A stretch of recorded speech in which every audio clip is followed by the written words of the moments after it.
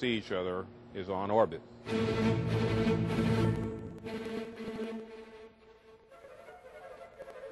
In a remote region of Kazakhstan, a Russian Proton rocket rolls out a key station element.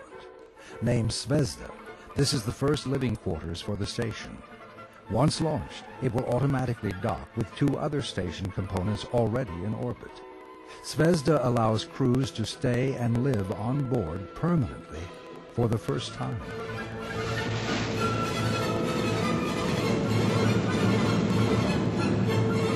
The successful launch of Zvezda marks the start of a cascade of space flights, which launch from both Russia and the United States to bring more station parts into Earth orbit.